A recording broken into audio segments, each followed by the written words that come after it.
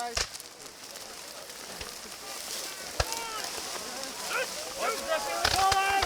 Justin! 2 sections, close to your right! Maintain your awareness, pressing to the color. You're the rest of the crowd, boys! Right forward, you're obliquing right. Straight on! Pressing on the colors! Pressing right, left! Halt! Dress! Dress on the colors! Left and right, dress! Close! As a battalion, make ready! Present! Fire! Prime and load! Fire by company! Rolling. Section 5 to the right! Section 5 to the right! Do you need me to look at the camera or at them? Or? I would be more watching what's going on. Okay. around you, Yeah. and making sure that people are. Yeah. Go Rob, quick. That's not bad. December or November of 1989, I got a memo from the science consultant saying there's a fellow named Tom Ross who wants to form a sergeant's company of the Royal Scots. And I knew the Royal Scots were at Longwoods. And I happened that summer to have bought a Brown Bess musket, because that's always been a goal of mine, was to buy a Brown Bess musket. I had gone to Niagara Falls, or Niagara and Lake, and bought a Brown Bess musket. Took Brad, who was then about 10, and my son Greg to get this, and we walked the Battle of Queenston Heights, and I was totally into the War of 1812 and no place to go. And all of a sudden this came out, so I went to the meeting in January of 90, I think it was the first meeting I went to, and I was the only one with a Brown Bess musket. All the others were wannabes. I was like, the banditos. I was the only one who owned a motorcycle. So it was that kind of thing. And Woody Lamb was there. He was the only one who had a British uniform. So we all had to but we were all interested in the one thing and just interested in forming this group. And it was, I never grew up. And this was an opportunity for me to avoid growing up. I become a weekend warrior. Rolling. And action. Move! Move, lads! Form skirmish line on the hill! Move! Push on! Push on! Forward! Push on!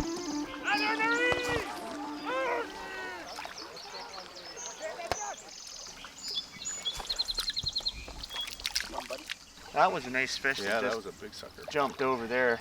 It could have been a carp, but it could have been a bass. So we're gonna go find out.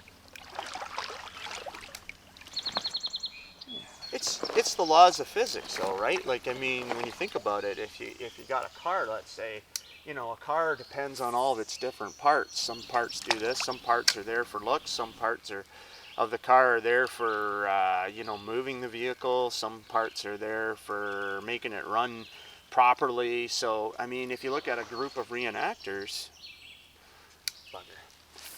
it's the same, right? It's the same thing. So you need those different parts to make the group function right. So what part of the car are you?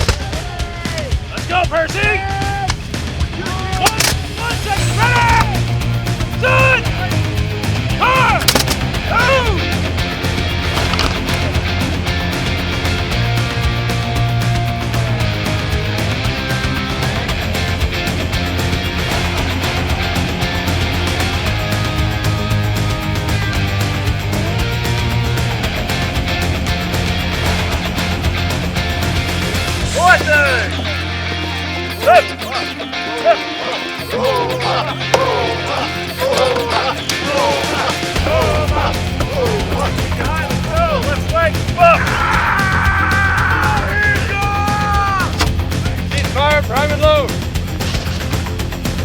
Fire! Two section, rise up. Prepare to fire.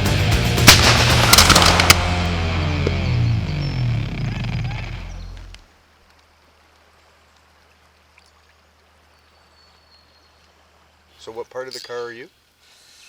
I don't know. I'm certainly not the glamour part. I don't know. I'd like to think I'm a functioning part. Come on, lads! Come on! Come on! Come on! Come on, lads! I don't know how I would compare myself if I was an actual part of a car, because I'm kind of the socialite of the group, so I don't know what the social part of a car would be. BC pour biscuit, et ça suffit pour moi. Biscuit, biscuit, biscuit, comment t'expliquer? Maybe the stereo system? You know? Okay. Oh my god. Okay, do that. Oh, where's your hat?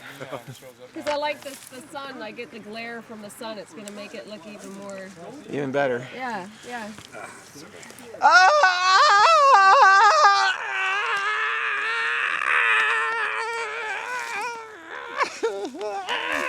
Save me!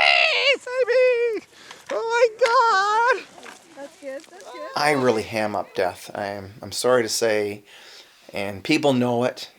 You know, when they see me come into the first aid station at the World War I event, they go, "Oh no, here he comes," because he's going to do something. But I'm just going to over dramatize what's going on. The reason that I do over dramatize is mostly because if we're doing a reenactment, the public is so darn far away. So they're still going to hear me screaming and thriving about on the ground and flaying and doing the stupid things that I do. They're actually going to see me maybe.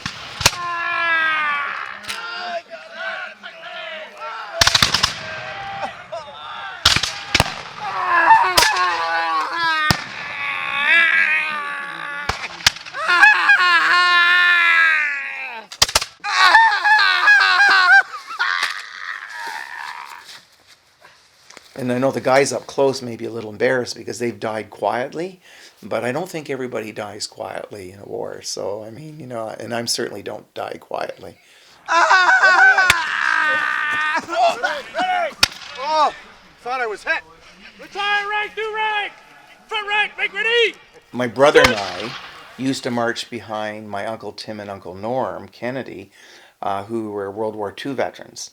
And so, you know, come Remembrance Day, you know, a large group of veterans, and there was a lot of them way back then, would march the cenotaph while my brother and I, and maybe some other children on the street, we had our G.I. Joe plastic helmets and our 45 strapped around our stomachs, and, you know, we'd march, you know, proudly behind our uncles that were marching in the Remembrance Day parade. I even remember my uncle coming up and telling us to get lost a couple times. So.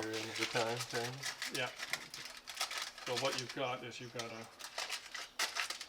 this is why you don't want the round tumbling, because this is going to be, and then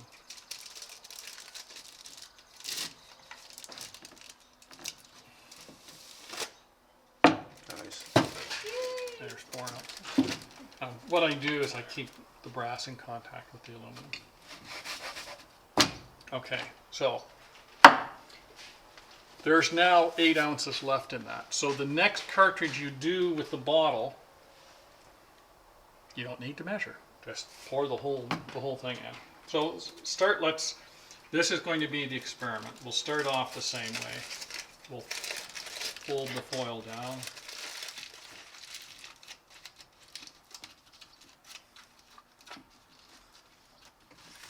There. 1 cartridge. I'm not sure it's going to be loud, but it's one of Brad's rounds. They're very light, not manly at all. Okay, ready? Yeah, I'm rolling. Rolling, and you tell them action when you want. Action.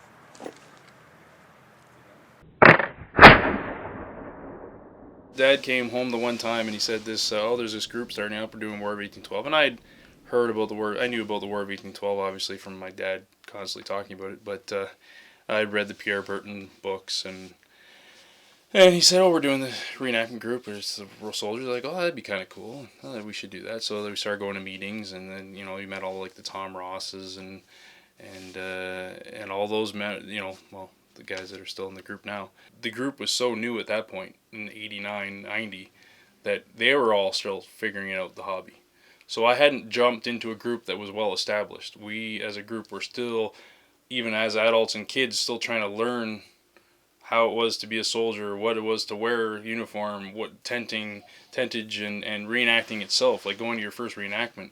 As a kid was really neat, but everybody else that were even adults were still learning it for the first time. So you're all kind of immersed in the whole experience, and so that was kind of my beginning in the hobby, and so I followed Dad around everywhere, and we went to every reenactment if we could.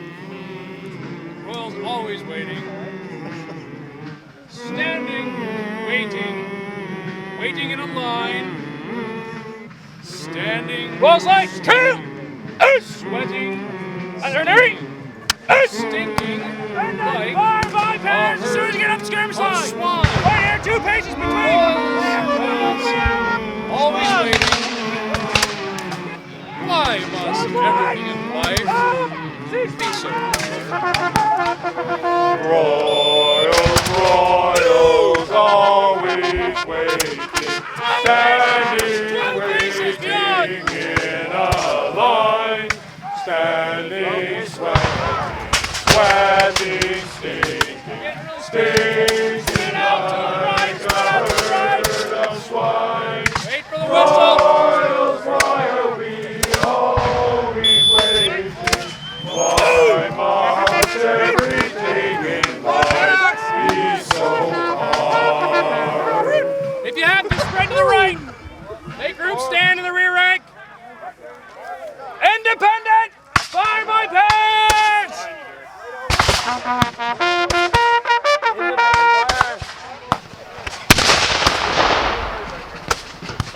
Sergeant Major was basically the height at which any person of non-commissioned status could ever achieve without ever having to shell out any money.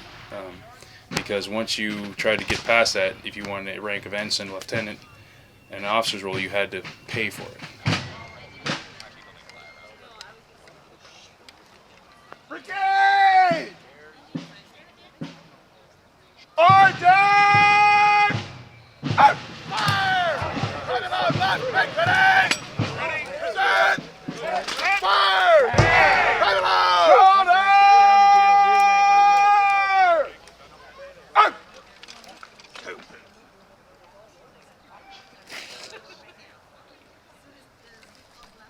And then when you became a captain, once you had enough money, or if you exemplified your did exemplary service, saved a major from being run down by French cavalry or something, then maybe he would promote you to captain. And so captain was the next rank up from lieutenant.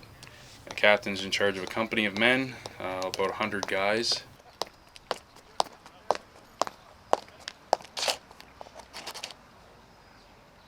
Nobody help for you. I have to. Spytek und Hunde. I gotta go.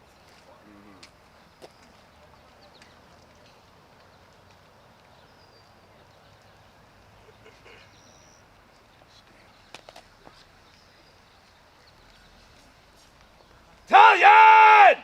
Order! Arms!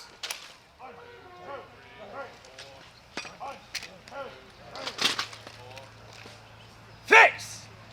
Bayonets!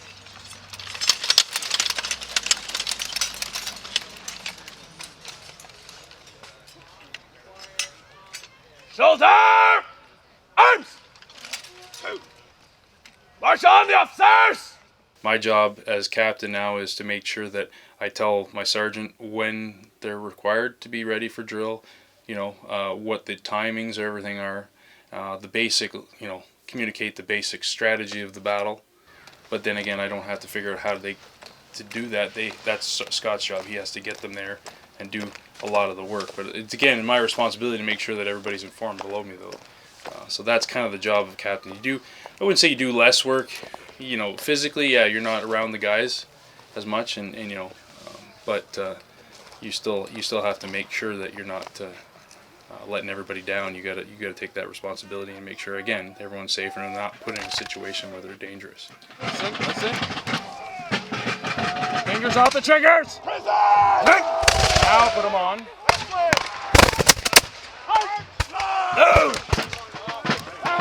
Nicely done, guys. Well done. Look for smoke out of your touch-hole. Make sure there's smoke coming out of your touch-hole. Prepare to march. Come to the shoulder once you're loaded. Come to the shoulder once you're loaded.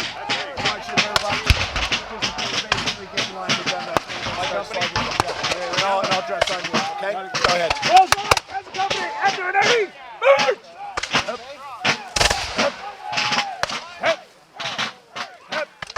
Who are some of the other guys Oh, like going down? Craig Williams for sure. And who is he? He's a lieutenant colonel.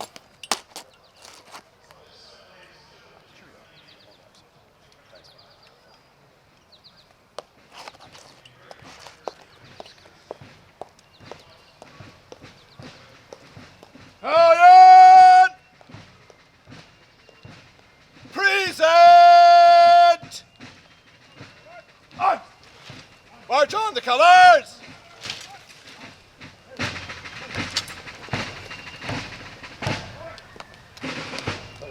Wait, forward. No. Further down.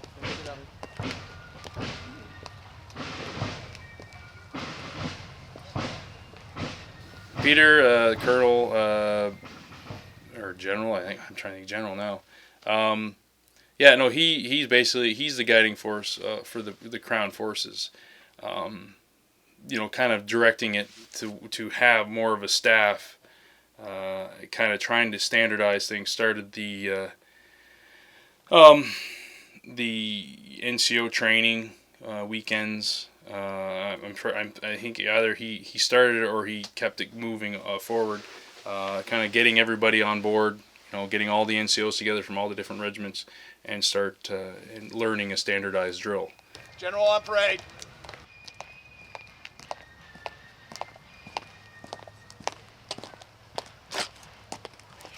Saw? Parade's ready for you, Saw?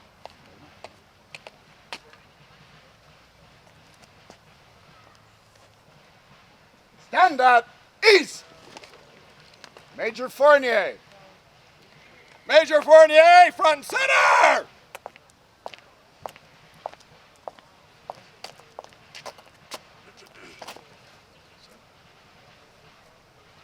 On behalf of a grateful Crown Forces for his outstanding work in the Waterloo trip and other things, I would like on this occasion to present to Major Fournier a presentation sword on behalf of Crown Forces.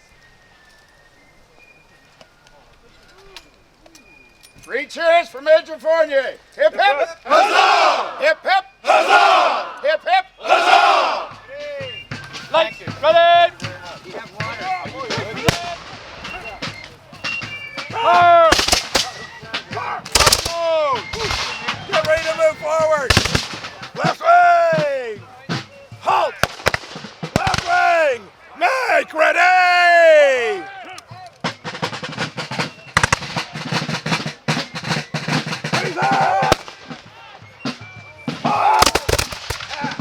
Load! Sweetness. Here I sit on butternut hill.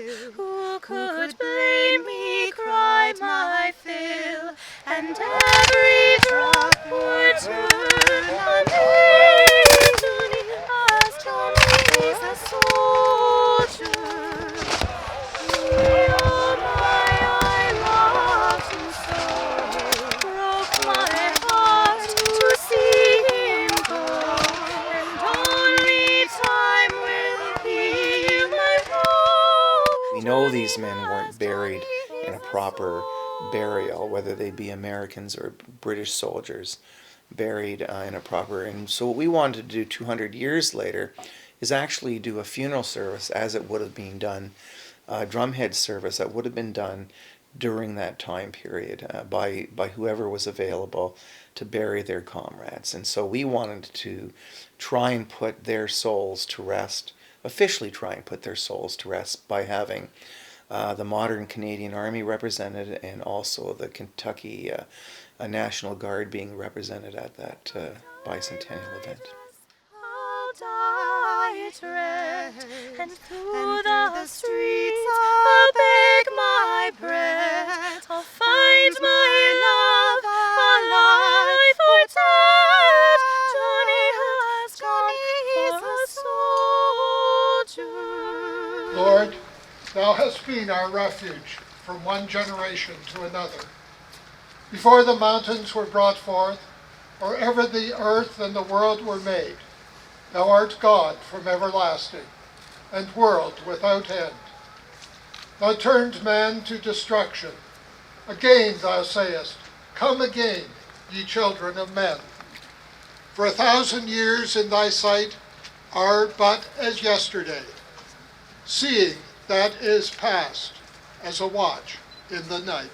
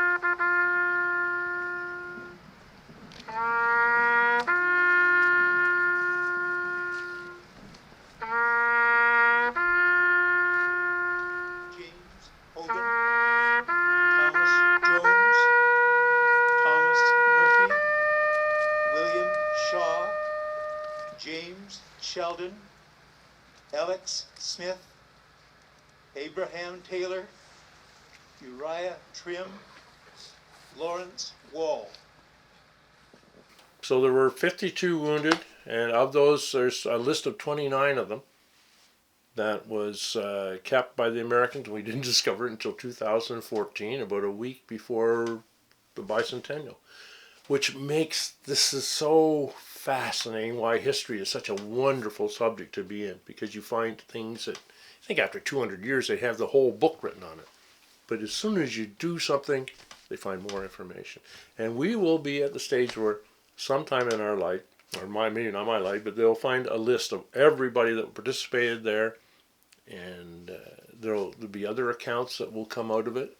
So someone left a letter somewhere that's in some place in someone's attic that will tell us more about the story. Oh, man.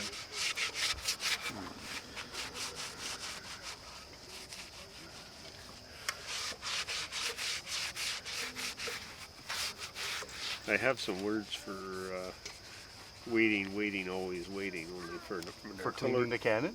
No, just from an artilleryman's perspective. Oh, really? Let's hear. Oh, if I can recall them. Royal Scots Light Company, Royal Artillery.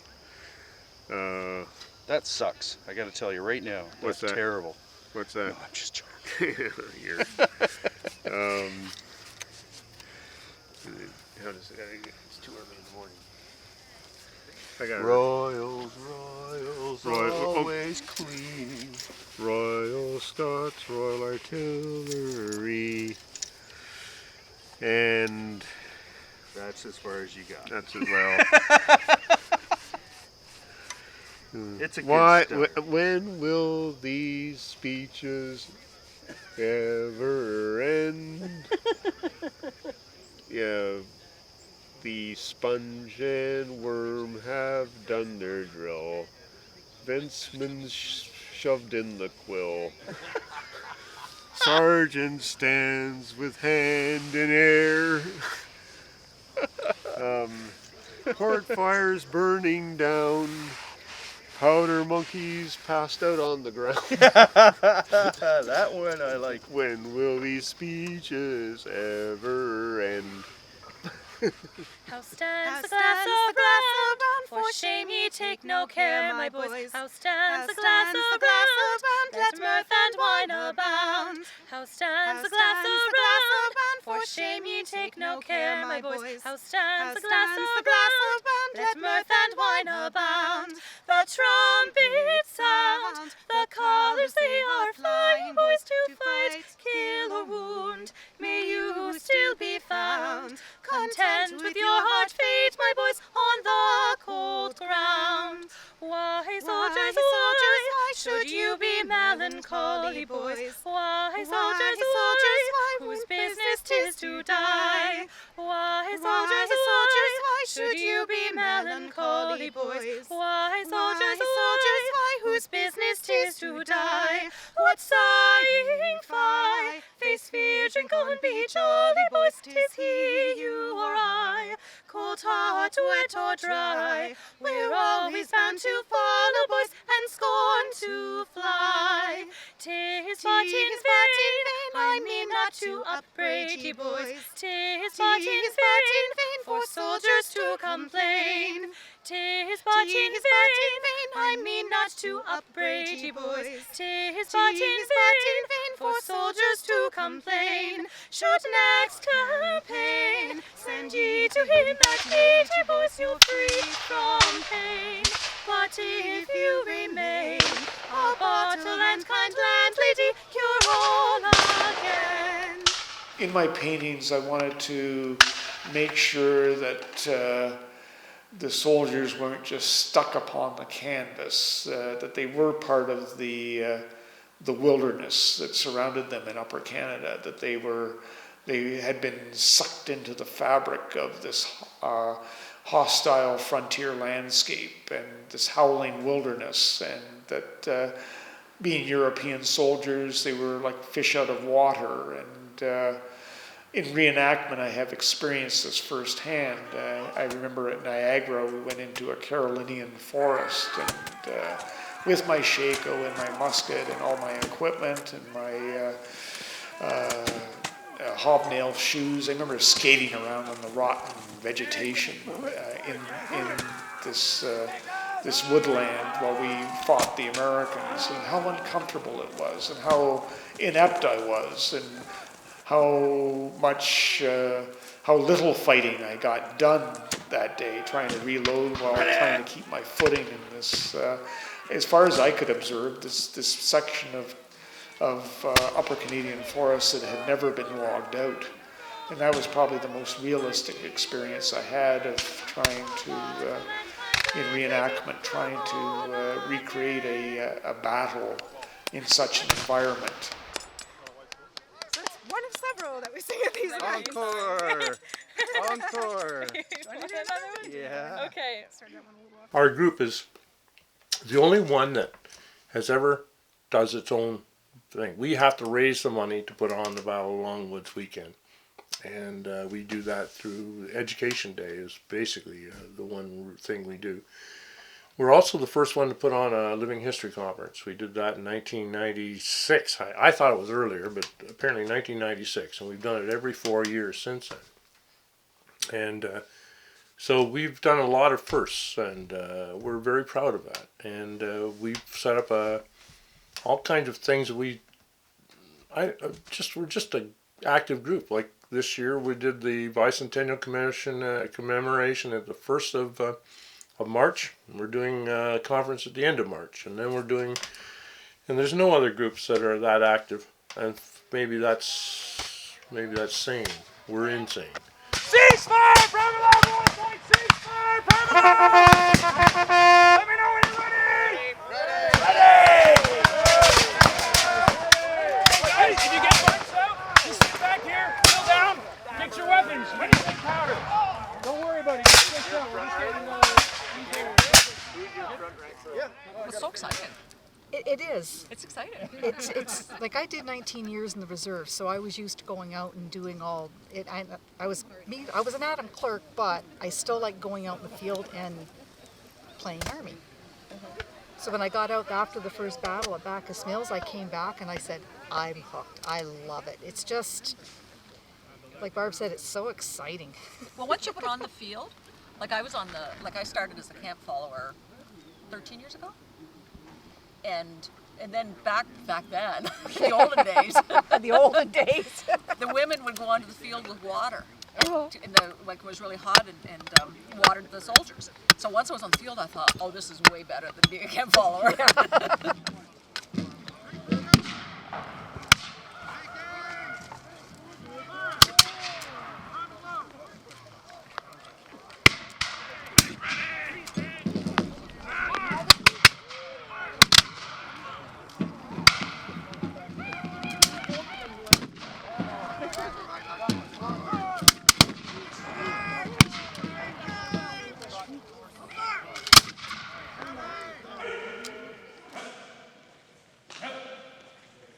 Even though you know it's pretend, you still get caught up in it. Because when they're yelling out orders, you're sitting there and you're trying to get everything done, and it's just... I reenact because it gets me out of my head. Because you cannot be in your head when you're on the field. You No, got to be you gotta absolutely be in the moment. You've Yeah. got to be paying attention, otherwise you're going to be in bad shape. You don't think, you just Yeah, do. it's got to be automatic.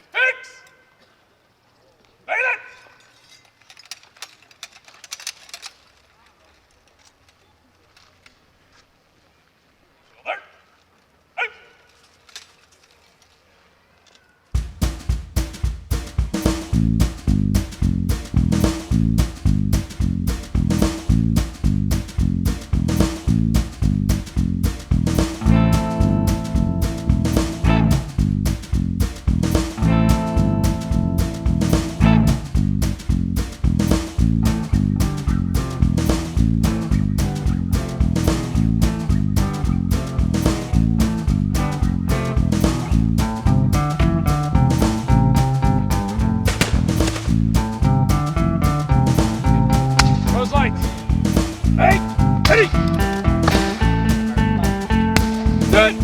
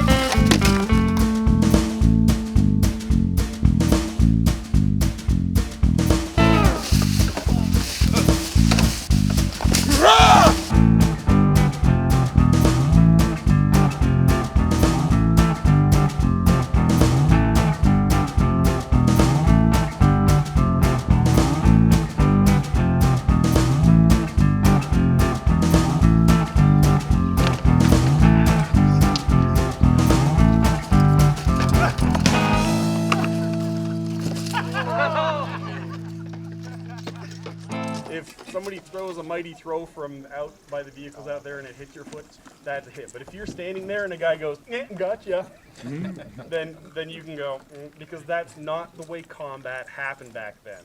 Guys engaged, they engaged hard, and they went for a kill. Stabbing somebody in the toe is not a kill.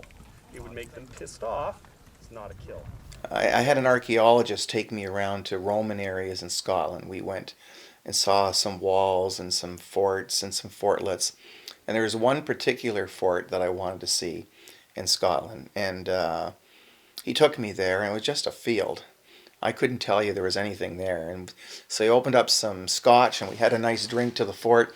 I couldn't tell there was a fort there, but he assured me there was once there, 2,000 years ago. How many drinks did it actually take before you saw the fort? About 5 or 6, 5 or 6. The bottle was gone, the fort walls came up, and I could see what it was. And so I was looking at this one particular fort, and I thought, that fort, is about 160 feet by about 90 feet. I could build one just like that in Canada, and that gave me the idea that going to Scotland. And so that fort is what the fort I have at the farm is based on. They can push together. What's it feel like being inside that? A little compressing. I feel like what a lobster must feel like. Depends on the type of armor, though. If it fits properly and well, you don't even notice you're wearing it after 5 minutes. To save a fellow Roman. To save a fellow Roman. To retrieve a weapon. To retrieve a weapon. To slay an enemy. To slay an enemy. I vow this to Jupiter Optimus Maximus. I vow this to Jupiter Optimus Maximus. You've all heard. Reply idem in me. Idem in me. This specifically is called a Gladius Hespeniata. Means Spanish gladius. They made this weapon after they came into interaction with the Spanish when the Romans started to invade there. The enemies there used a short sword, and they found that it was very useful for fighting in close range. Their big shield protects a lot of them, but this sword has a very specific purpose. It has no furrows on this blade. That means that when it goes inside between 2 ribs, it doesn't come out because it suctions to the body. The only way to get it out, if you're the other person, is to twist the blade, crack open the 2 ribs, and pull straight out. It's not even made to be sharp, particularly on the sides, because it's never a hacking weapon. It is to be stabbed, twist, and pull out. What happened was I was bugging my wife for about 5 years. I really like to build a fort. I really like to build a fort. We've got some land. Let's build a fort. And one day the kids were bugging her at the kitchen table, and she said sure. So the very next day we were out with the heavy machinery, digging the ditch around the fort to start the process. Before she could say no. No, I won't say that, but absolutely, it was one of those moments. Like, she said okay, and that's all we needed was her okay. And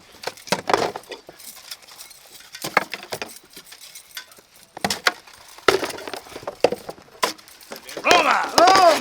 Roma!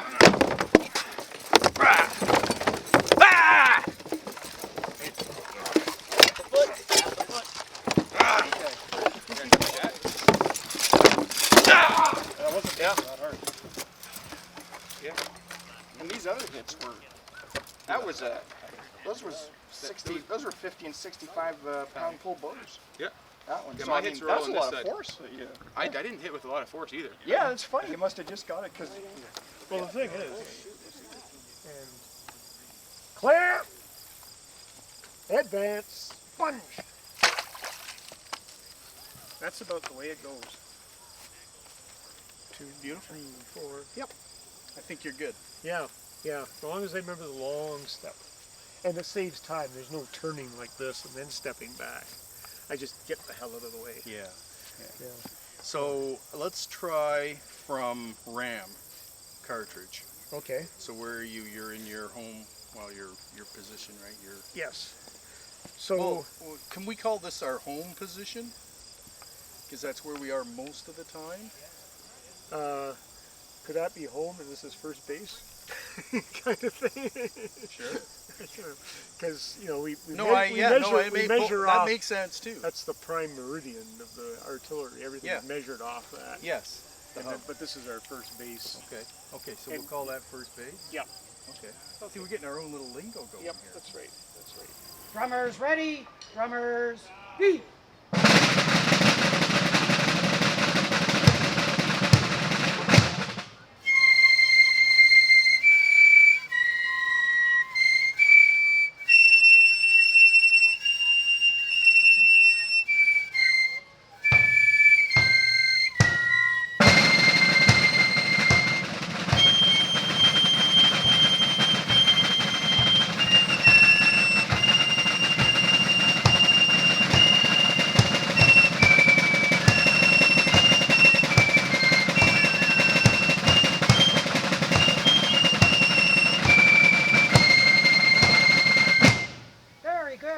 How often does the band rehearse?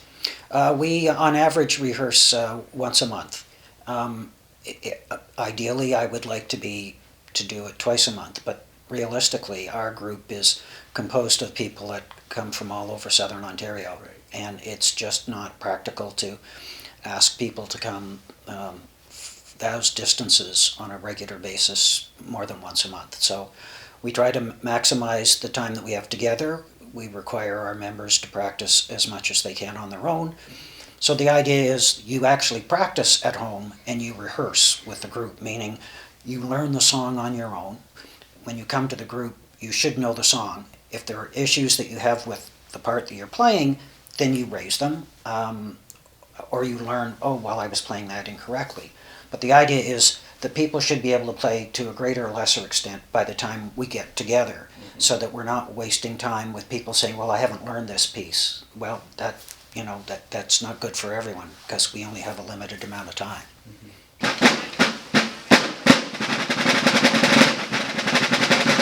I retired within the last 2 years, and there's many studies to show that if you can span and use different aspects of your brain by opening up different wiring in your brain, you can improve your mental capacity. You can become more able to do things. You might stave off dementia, that sort of thing. And that's one of the reasons why I took the music back up again, because it's something I hadn't done for a while, and you're using a different aspect of your brain functioning in the hope that it would help you later on in life, not reverse dementia, but certainly maybe stop it from developing, that sort of thing. So music is a very powerful tool for people. Even people with dementia can still dance, can still sing, can still remember songs, even though they might not even be able to communicate because of advanced dementia.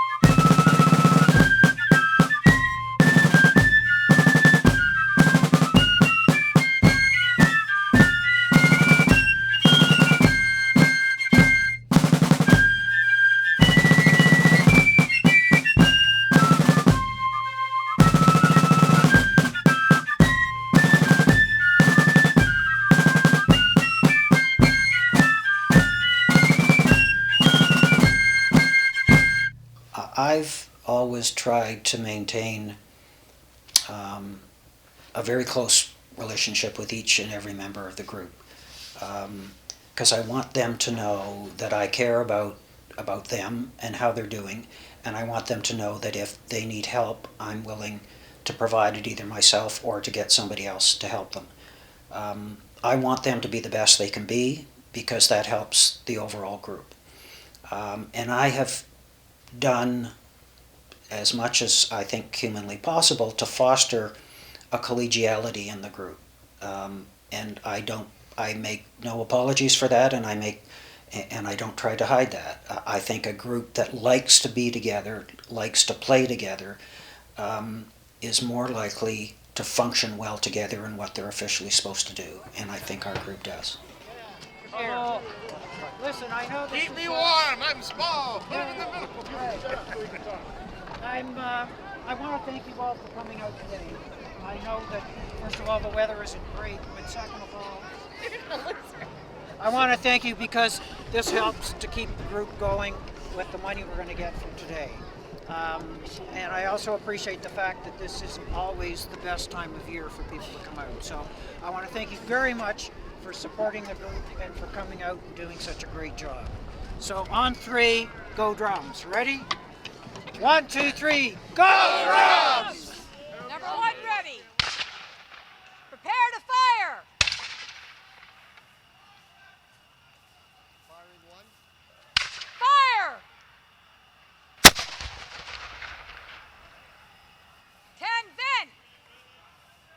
Okay, when we started planning this, the reenactment was a focal point. To do it on the actual battlefield was the main thing. The fact that we could actually do it on the actual battlefield, on close to the actual day, and hopefully the same conditions that existed in 1814. There's 16 to 20 gentlemen who never were recognized. There are no known burial grounds, who gave their lives for their countries 200 years ago. And what we're trying to do is you know, even as you say, the Veterans Affairs doesn't even recognize it because they weren't Canadian born kind of thing. And didn't fight past 1867. One paragraph I would say, you know, talk about cordially invite you to attend, but or you should Or say your something, or support of some kind or something like that. Or your financial support. Or your or a suitable representative. I think suitable representative has to be there because the Queen may say, okay, Lieutenant Governor of Ontario, you go in my stead. No, she'll say that to the Governor General. The Governor Yeah, well, General that's the Lieutenant will say. But you gotta also know this is the only battle of the War of 1812 that was officially fought in the London district. So it's a significant battle. We realized that it was going to be a reenactment. It was going to be on the actual field. But what we were doing was something beyond a 200-year commemoration of the battle. We were actually going to bury the soldiers who had died, that we've been reading off their names rotely over the last probably close to 10 years now. Ladies and gentlemen, welcome to, I think this is about the 13th or 12th annual Longwoods Memorial. It all started because Betty Simpson saw us lay a wreath. One time we were doing it just for a one-time only event, and that was 13 years ago, and we've been doing it every year since. Because Betty has made us do this, actually, and so it's her fault. Welcome, everyone. Let us have a special thought for these soldiers, and indeed all soldiers throughout our Canadian history, who somehow, despite the odds, have managed to serve honorably in unpopular wars. Ready? Set! Out! Salute! Out! That they all of a sudden, we put it all together, a complete package, the conditions under which these fellows fought and died, and the fact that on the actual ground we now have a memorial with their names on it that would become their gravestone. Let me get this list. So far I've got the Colonel of the Royal Scots, Commander of 1 Scots, the Queen, HRH Princess, and the Governor General, the British Consulate, the Prime Minister, the Lieutenant Governor, MP, MPP, Prime Minister. 89. Prime Minister, Hearing a reenactor saying, what you're doing here is good, is it's a compliment. You know, it's kind of, it hits you hard. And that's what I was just blown away by the reaction of the weekend. It was just a complete success.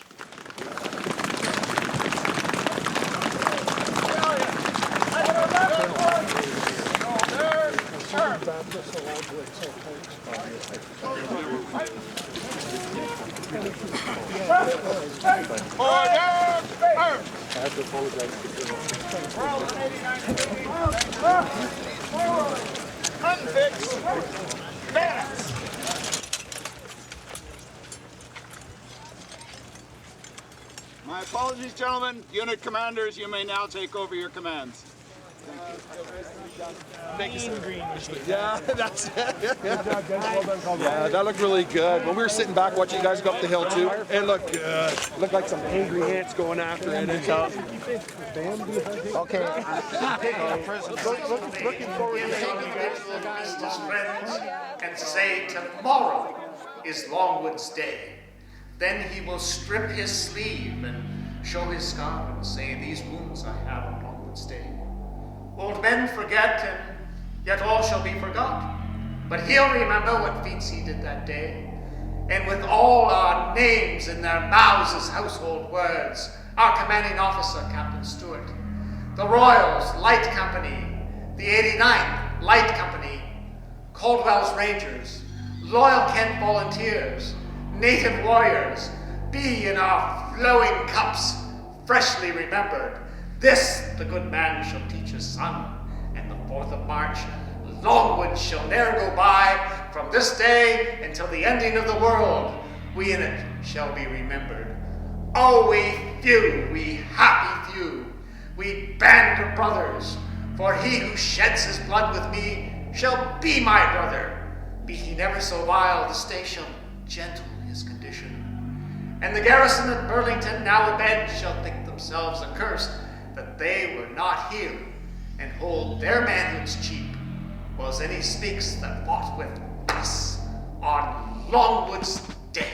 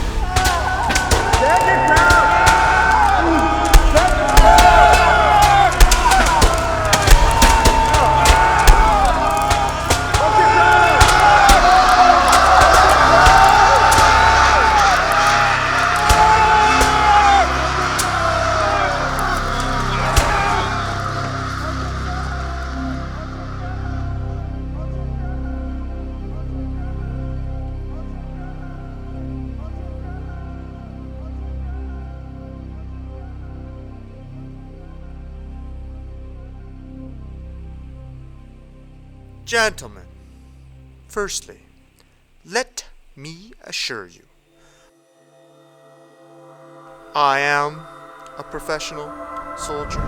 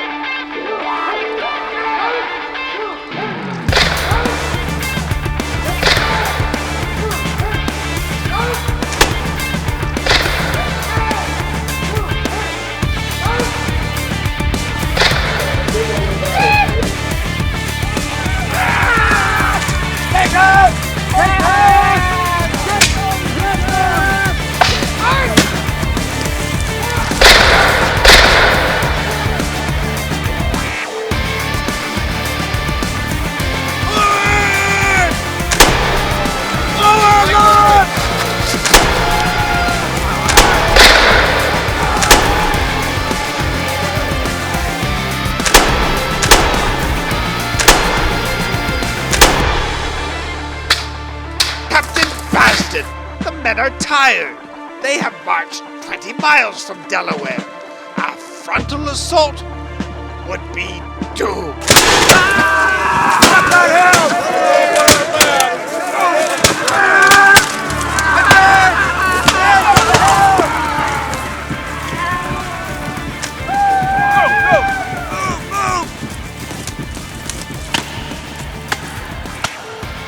It's my decision to conduct a frontal assault on the enemy position. The Americans have the advantage. We must flank them. The Americans, Mr. Colvin, are not expecting an attack this evening.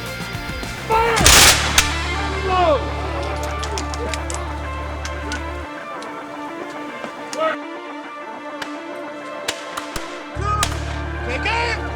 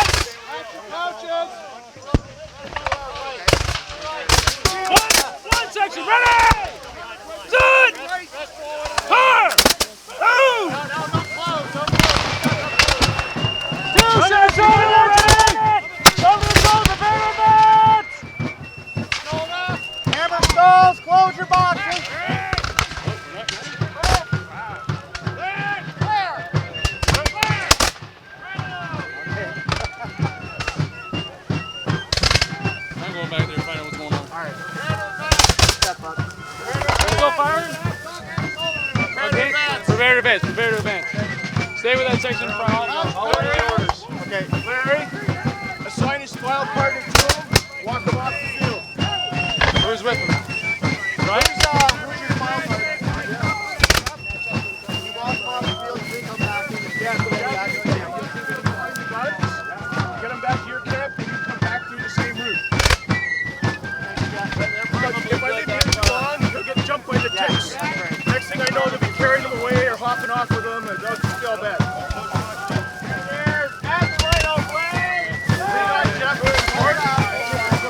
Royals firing by sections from the right! When it's safe to do so, commence fire! Rest up in line. Bleak!